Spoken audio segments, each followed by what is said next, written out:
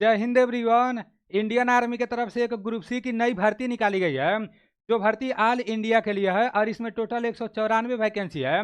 ऐसी भर्तियों में ज़्यादा कंपटीशन नहीं रहता है, क्योंकि इसमें ऑफलाइन फार्म भरना पड़ता है। काफ़ी सारे दोस्त सोचते हैं यार कौन इतना झमेला लेने जाएगा, ऑफलाइन फार्म भरना पड़ेगा, फिर पोस्ट ऑफिस पर ले जाकर उसे देना पड़ेगा। तो बहुत कम ही लोग इसमें ऑफलाइन फार्म भरते हैं। और फार्म भी जो लोग भरते हैं ना, तो सभी लोग सही से फार्म नहीं भरते हैं, मतलब उल्टा पुल्टा फार्म भर देते हैं, फिर उन लोगों को भर्ती में बुलाया ही नहीं जाता है। तो ऐसी भर्तियों में बहुत सोच समझकर आप लोगों को फार्म भरना है।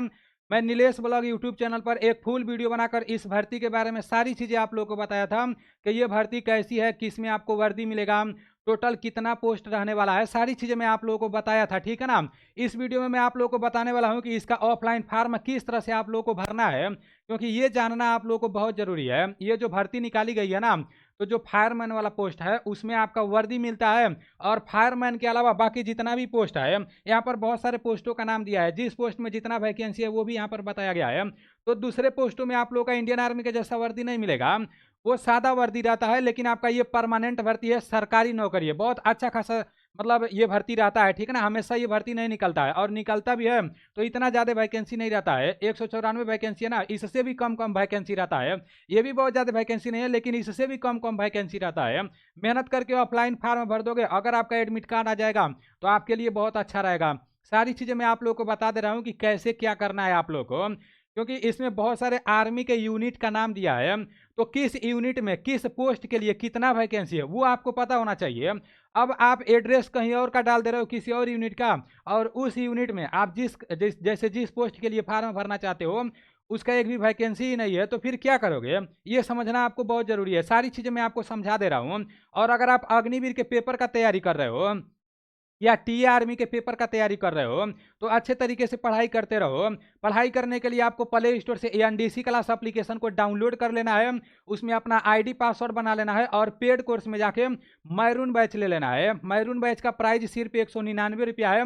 उसमें मैं खुद जीके का क्लास एकदम चैप्टर वाइज बहुत अच्छे से करा रहा हूँ, मैथ का क्लास एकदम चैप्टर वाइज बहुत अच्छे से क्लास करा रहा हूँ, ठीक है ना। और जो भी क्लास आपका चल रहा है तो उसका पीडीएफ भी आप लोगों को मिल जाएगा।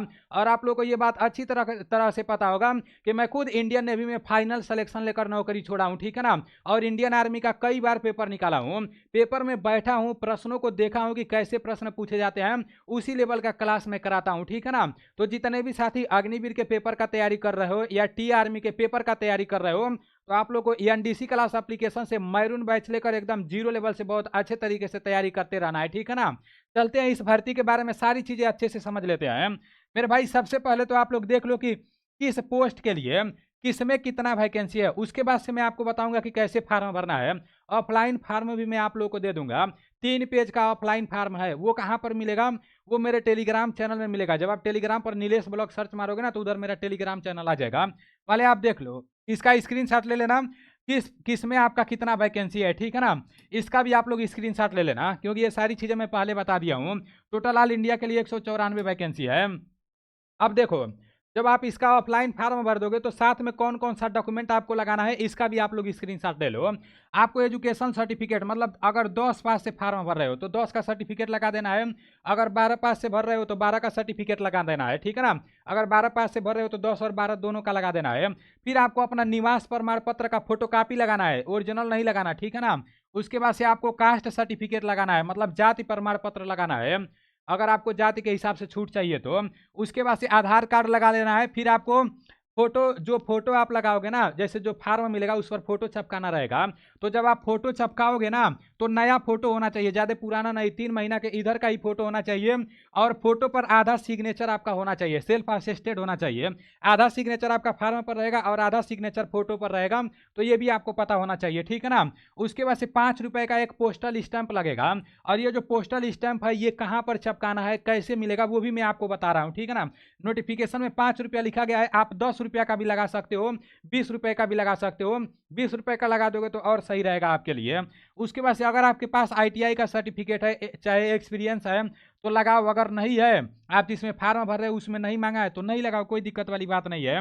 उसके बाद से जितना भी आप डॉक्यूमेंट लगाना, हर डॉक्यूमेंट पर अपना सिग्नेचर कर देना, ठीक है ना। बोला है सेल्फ असिस्टेड, मतलब डॉक्यूमेंट जो भी आपका फोटोकॉपी रहेगा ना, तो नीचे आप लोग अपना सिग्नेचर कर देना, ये आपको अच्छे से पता होना चाहिए। तो इतना डॉक्यूमेंट आप लोगों को लगाना है। अब देखो, मैं आप लोगों को फार्म भी दिखा रहा हूँ। जब जो डॉक्यूमेंट बताया हूँ वो डॉक्यूमेंट जब आप तैयार कर लोगे, पूरा फोटोकॉपी करा लोगे, फार्म भरने के बाद 2 लिफाफे का जरूरत पड़ेगा, इसको आप अच्छे से समझ लो। एक आपका छोटा लिफाफा रहेगा और एक बड़ा लिफाफा रहेगा। जो कापी किताब वाला दुकान रहता है वहां पर लिफाफा मांगोगे ना, तो उधर वो लोग दे देंगे। अब छोटे लिफाफे में क्या डालना है, बड़े लिफाफे में क्या डालना है, ये आपको अच्छे से समझना है। ये जो आपका छोटा लिफाफा है ना, इसी पर आप लोगों को 5 रुपए का डाक टिकट छपकाना रहता है। अब ये नहीं सोचना कि जो बड़का लिफाफा है उसमें चपका देना, नहीं, ऐसा बिल्कुल भी नहीं करना है। छोटे वाले लिफाफे पर आपको क्या लिखना है, अपना नाम लिखना है, अपना विलेज का नाम लिखना है, अपना पोस्ट ऑफिस का नाम लिखना है, अपना डिस्ट्रिक्ट जो भी आपका डिस्ट्रिक्ट होगा लिख देना है, अपना स्टेट लिख देना, फिर पिन कोड लिख देना, और नीचे अपना मोबाइल नंबर भी लिख देना।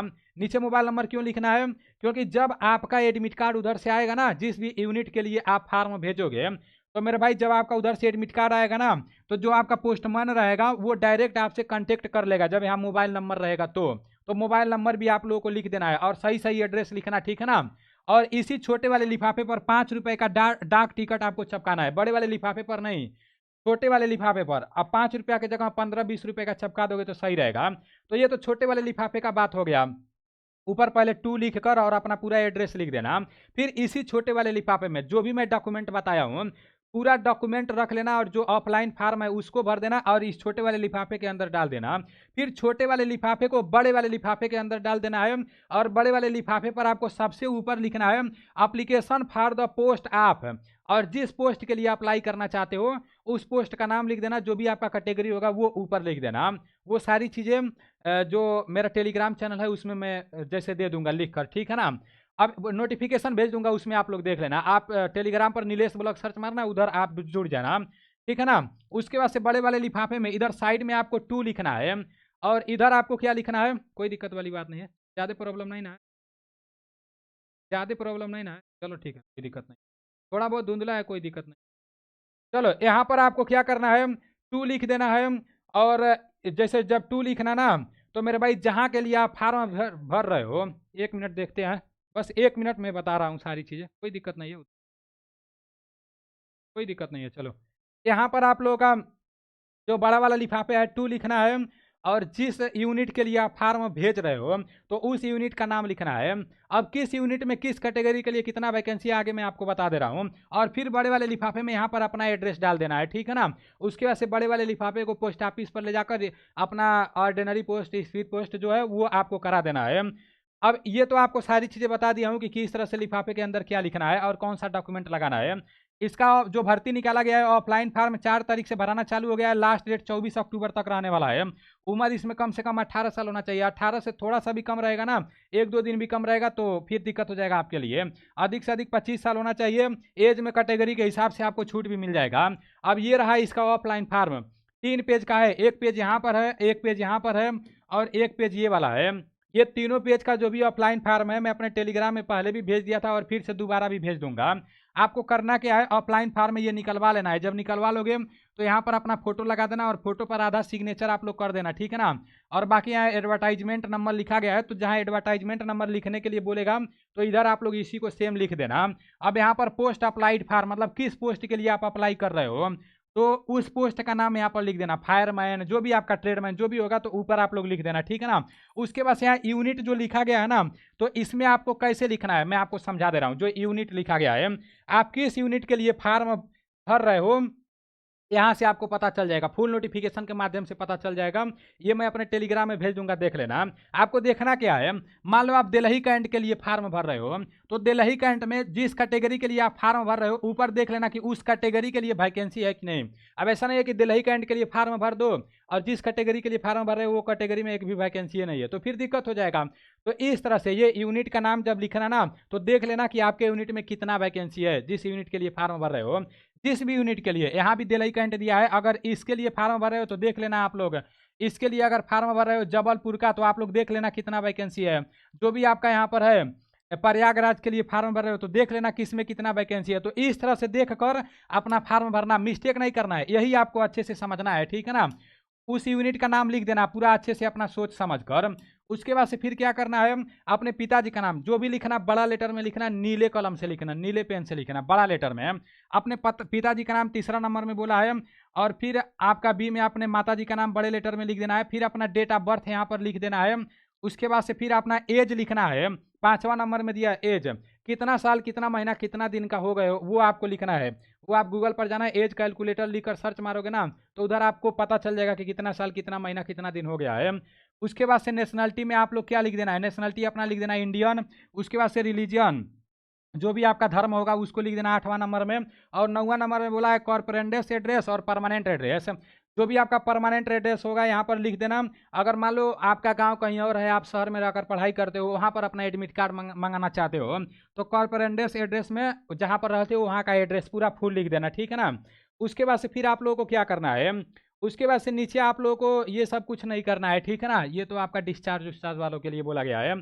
जो आपको नहीं समझ आएगा, एक सर्विसमैन लिखा रहेगा, डिस्चार्ज वाला लिखा रहेगा, तो उसको छोड़ देना, कोई दिक्कत वाली बात नहीं है। जो इंपॉर्टेंट है भर देना है। यहाँ भी आपका 13 नंबर में एक सर्विसमैन का बोला है, इसको छोड़ दो। अगर आपको एज में छूट चाहिए, जैसे आप लगा रहे हो डोमिसाइल सर्टिफिकेट, जाति प्रमाण पत्र, कास्ट सर्टिफिकेट लगा रहे हो तो उसका डिटेल्स यहाँ पर देना है आप लोगों को। फिर 15 नंबर में बोला है एजुकेशन सर्टिफिकेट, तो जो भी आप 10 पास किए हो उसको यहाँ पर लिख देना, किस साल में पास किए हो ईयर में वो लिख देना, किस बोर्ड से पास किए हो वो लिख देना है, कितना परसेंटेज है कितना नंबर है वो आपको लिख देना है 15 नंबर में, ठीक है ना। उसके बाद से अगर आपके पास एक्सपीरियंस है तो यहाँ पर लगाओ, नहीं है तो कोई दिक्कत वाली बात नहीं है। लिस्ट आप यहाँ पर जो लिखा गया है 16 नंबर में, तो 10 या 12 का सर्टिफिकेट आप लिख देना, जो भी आप लगाना, जो डॉक्यूमेंट लगाना वही लिखना है। Aadhaar card, caste certificate, domicile certificate यहाँ पर आपको लिख देना है, ठीक है ना। आधार कार्ड का नंबर यहाँ पर 17 नंबर में आपको डाल देना है। अगर आधार कार्ड नहीं है पैन कार्ड का नंबर डाल दो, लेकिन आधार कार्ड का नंबर डालना बहुत जरूरी है, ठीक है ना। फिर यहाँ पर नीचे आपको अपना जो भी डिस्ट्रिक्ट का प्लेस के जगह आप जो भी डिस्ट्रिक्ट का नाम होगा वो लिख देना, और डेट, जिस डेट को आप फॉर्म भर रहे हो उस डेट का नाम लिख देना, और यहाँ साइड में आपको अपना सिग्नेचर कर देना है। अब तीसरा पेज में ये आपका एडमिट कार्ड है, ठीक है ना। इसमें क्या करना है, पोस्ट अप्लाइड फॉर, आप किस पोस्ट के लिए अप्लाई कर रहे हो सेम वही लिख देना है। और पहले पेज में जो आप लिखे हो ना किस यूनिट के लिए अप्लाई कर रहे हो उस यूनिट का नाम यहाँ लिख देना। उसके बाद से अपना नाम लिख देना है बड़े लेटर में, ठीक है ना। फिर अपना डेट ऑफ बर्थ, फिर अपना जेंडर मेल हो या फीमेल हो वो लिख देना है। फिर मदर्स नेम लिख देना है, फादर्स नेम लिख देना है बड़े लेटर में। उसके बाद से कॉर्पोरेट एड्रेस आप लोगों को लिख देना है, जहां आप अपना एडमिट कार्ड मंगाना चाहते हो वो एड्रेस यहाँ पर आप लोगों को लिखना है, ठीक है ना। जहां भी रहते हो वो एड्रेस लिखना है। फिर अपना जो भी हाउस नंबर नहीं पता है छोड़ देना, कोई दिक्कत नहीं। पोस्ट ऑफिस लिख देना, तहसील लिख देना, डिस्ट्रिक्ट लिख देना, स्टेट, पिन कोड, पूरा एड्रेस यहाँ डाल देना। उसके बाद से ये जो लिखा गया है कि फॉर ऑफिस यूज ओनली, तो यूज ओनली, इसमें आपको कुछ भी नहीं करना है, वैसे छोड़ देना है। जब आपका एडमिट कार्ड आएगा ना तो उधर से वो लोग खुद सिग्नेचर करके वो सारी चीज़ें भेजेंगे, ठीक है ना। यही आपके घर आने वाला है छोटे वाले लिफाफे के अंदर।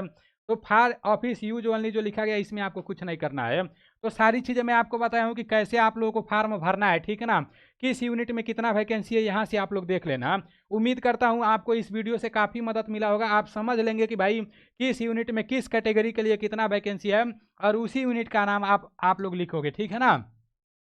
आप लोग यहाँ से देख लेना कि किसमें कितना पास मांगा है, इसका स्क्रीनशॉट लेकर देख लेना। ये पहले भी मैं आप लोग को बता दिया हूँ कि इसमें कितना पास मांगा है, तो ये सारी चीज़ें आप लोग देख लेना। जब इसमें ऑफलाइन फार्म भर दोगे तो सबसे पहले शॉर्ट लिस्टिंग किया जाएगा, मतलब जिनका ज़्यादा नंबर रहेगा 10 में अच्छा खासा नंबर रहेगा तो पहले उनको एडमिट कार्ड भेजा जाएगा। अगर बहुत ज़्यादा लोग फार्म भर देंगे तो भाई जिनका अच्छा खासा परसेंटेज रहेगा उनको एडमिट कार्ड भेजा जाएगा। और मेरे भाई अगर कम ही लोग फार्म भरेंगे तो सभी लोगों को बुलाया जाएगा। अब वैकेंसी के हिसाब से जितना फार्म भरा जाएगा उसके हिसाब से ये लोग बुलाएंगे। जब आपका एडमिट कार्ड आ जाएगा ना तो रिटन एग्जाम होगा, उसके बाद से स्किल टेस्ट मतलब ट्रेड टेस्ट होगा, उसके बाद से आपका पीटी पीएसटी होगा फायरमैन में सिर्फ। जो फायरमैन वाला वैकेंसी है उसमें बस पीटी पीएसटी होगा, फिर डॉक्यूमेंट वेरिफिकेशन होगा, फिर मेडिकल एग्जामिनेशन आपका होगा, मतलब वही लास्ट में मेडिकल होगा। अब फायरमैन में जो फिजिकल होगा उसके बारे में मैं आपको बता दिया हूँ कि फायरमैन में 165 सेंटीमीटर वजन होना चाहिए, और 2.5 सेंटीमीटर हाइट में जैसे 165 सेंटीमीटर आपका हाइट होना चाहिए, और 2.5 सेंटीमीटर छूट मिल जाएगा जो लोग एसटी कैटेगरी से आएंगे। नॉर्मल चेस्ट 81.5 सेंटीमीटर होना चाहिए, फुल आकर 85 सेंटीमीटर होना चाहिए, कम से कम वजन आपका 50 किलो होना चाहिए। तो ये सिर्फ फायरमैन में है, बाकी किसी में ये सब नहीं मांगा है, ठीक है ना। फायरमैन में वर्दी भी मिलेगा, फिजिकल भी कराया जाएगा। वही फिजिकल 63.5 किलो का वजन लेकर कुछ मीटर तक आपको चलना रहेगा 96 सेकंड में, 100 83 मीटर तक चलना रहेगा, ठीक है ना। तो सारी चीज़ें मैं आप लोग को बहुत अच्छे से बता दिया हूँ। अब आप लोग को मैं ऑफलाइन फार्म दे दूंगा, तो अच्छे से उसको भर लेना। सब कुछ मैं आपको बताने का कोशिश किया हूँ। चलो ठीक है, मिलते हैं अगले वीडियो में। जय हिंद।